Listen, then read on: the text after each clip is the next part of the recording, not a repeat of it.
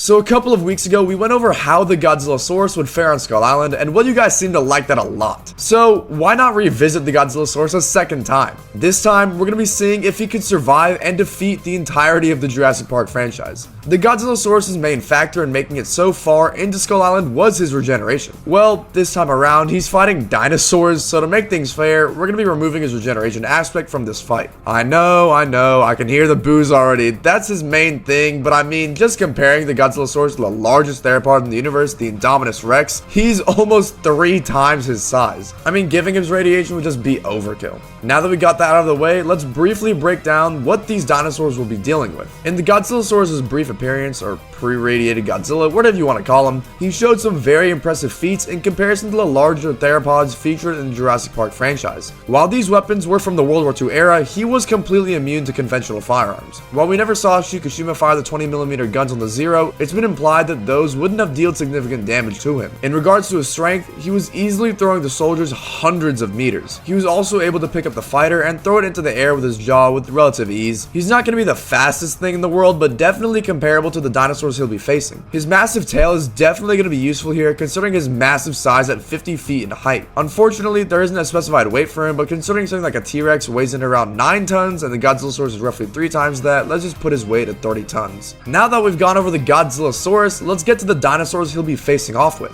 He'll be facing off the Raptor squad consisting of Blue, Charlie, Delta, and Echo, a herd of Ankylosaurus, 2 Indoraptors, Buck and Doe Rexes, 2 Giganotosaurus, 2 Spinosaurus, an Indominus Rex, the Mosasaurus, and lastly the Scorpius Rex. You'll see why he's so high up. With the list out of the way, let's get straight into could the Godzillasaurus survive Jurassic Park. Starting off, we have the Raptor squad. This Raptor squad absolutely tore through the mercenary squad sent to hunt the Indominus Rex using their agility, speed, and intelligence. However, we can't exactly compare humans to something like the Godzillasaurus. Now, when 3 of them fought the Indominus Rex, I can't remember if it was Charlie, Delta, or Echo that died before, but they're basically the same thing anyways. The Indominus Rex made quick work of them, tossing them around with ease. Considering how much larger the Godzillasaurus is, the Raptor squad would get absolutely annihilated. They could very well pull off hit and run attacks, but the durability of the Godzillasaurus would grant it almost immune to the attacks of the Raptors, so the Godzillasaurus moves on with basically no difficulty. Next up is a herd of Ankylosaurus, who also encountered the Indominus Rex, however, it was only one of them.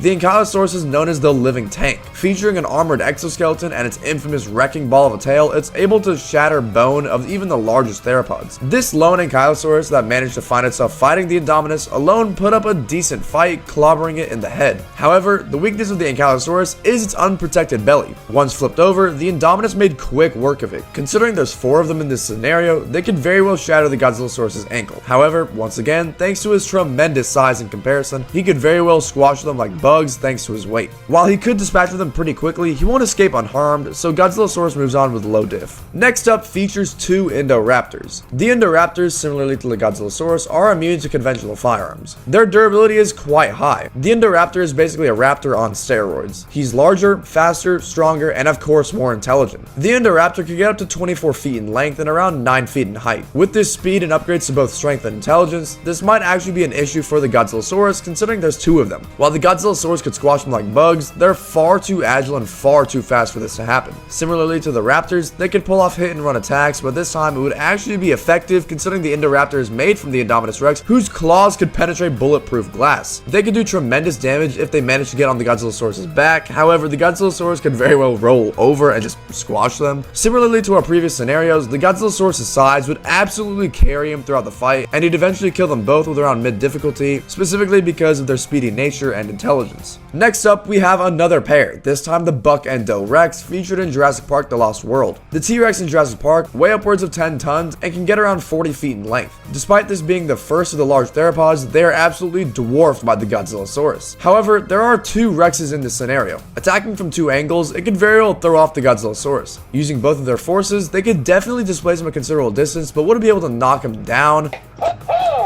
As much as I love the T-Rex, there's just nothing they'd be able to do. While the T-Rex had the strongest bite force at a staggering 8,000 pounds of force, they would leave some nasty wounds in the Godzillasaurus, but once again, he'd move on with mid-diff, as you're gonna need speed if you don't want to get crushed. Next up is a pair of Giganotosaurus. In the Jurassic franchise, the Giganotosaurus is the more powerful of the two theropods in comparison to the T-Rex. In my opinion, the T-Rex slams in real life, but we're not going to be debating that here, at least now. Paleontologist FDA coming soon? But anyways, the Giganotosaurus would face a similar outcome to the Rexes. While they're larger and stronger than the Rexes, the Godzillasaurus could just kick them or send them flying with his massive tail, resulting in the Godzillasaurus moving on once again with around mid-diff. Next up, we have the two Spinosauruses. Notice how I'm putting them in pairs because, let's be honest here, they're not doing jack shit by themselves. The Spinosaurus was shown to absolutely demolish a subadult Rex in Jurassic Park 3. God, the debate of the T-Rex versus Spinosaurus is honestly more heated than legendary Godzilla versus Heisei Godzilla, and I'm saying this as Godzilla being my favorite piece of media in general. Despite that argument starting up back in 2001, you still see debates of the T-Rex versus Spinosaurus. Moving on, the Spinosaurus is the largest of the natural theropods in the Jurassic Park universe. Their claws can be used to grip to make up for its lackluster biting strength. The Spinosaurus is a great swimmer as well, basically being a crocodile in the water. Weighing in at around 12 tons and a length of 43 feet, these two Spinosaurus combined could come close to the Godzillasaurus' weight. Considering the Spinosaurus' strength and considerable speed, the Godzillasaurus is facing his hardest fight yet. The two of them would be able to knock over the Godzillasaurus and do some major damage to him, potentially injuring one of his legs to the point where he starts to limp. However, as we've mentioned multiple times throughout this video already, his size is going to carry him throughout the fight. Being this much larger than your opponent does indeed make a difference. The Godzillasaurus is still much stronger than them individually, and unfortunately for the Spinosauruses, they'd get overwhelmed and slammed repeatedly. I don't think this fight would be easy for the Godzillasaurus, so I say he moves on with around high difficulty. Next up is the Indominus Rex. The Indominus Rex is the most powerful theropod in the Jurassic Park franchise. Spliced with the DNA of multiple different dinosaurs, one of them being the T-Rex, they could grow up to 50 feet in length. The Indominus Rex has the speed, weaponry, and intelligence of raptors, and also the power of a T-Rex. The Indominus Rex has night vision, can camouflage itself, and is immune to conventional firearms, similar to the Godzillasaurus. The Indominus Rex was knocked over by an RPG, but was completely fine from the blast. He's very sadistic as he does kill for sport. He made quick work of an Ankylosaurus, and you know what else he made quick work of? The subscribe button. Be like the Indominus Rex. Slam, stab, and even bite the subscribe button. It only takes a couple of seconds. He also demolished the Raptor squad and had Rexy beaten. It took the likes of the giant Mosasaurus to finally bring it down. Well, how would this translate to a fight with the Godzillasaurus? With its speedy yet powerful nature, it would be able to knock over the 30-ton Godzillasaurus and cut deep into him with a sickle claw. The Godzillasaurus' bullet-resistant hide won't hold up against the jaw strength and the claws of the Indominus, as the Indominus easily pierced through the gyrosphere, which is bulletproof glass. The Indominus would land many great hits, landing far more than Godzillasaurus, but guess what? The Godzillasaurus would still win. Once again, his size and power is far too much for a single Indominus to handle, and with high difficulty, he does move on. Next up is the Mosasaurus, the first and only creature on our list to be finally larger than the Godzillasaurus, but would this matter? Let's find out. The Godzillasaurus would be an excellent swimmer and fighter in the water, as his amphibiousness that is featured in his radiated form would translate to this form. His dorsals could be used to a degree like Tiamat, being sharp enough to slice into the Mosasaurus. However, we need to take a closer look at the Mosasaurus. It lives in the water only. It is adapted for water combat to the max. Its four fins would allow for it to make quick turns and catch the Godzillasaurus off guard.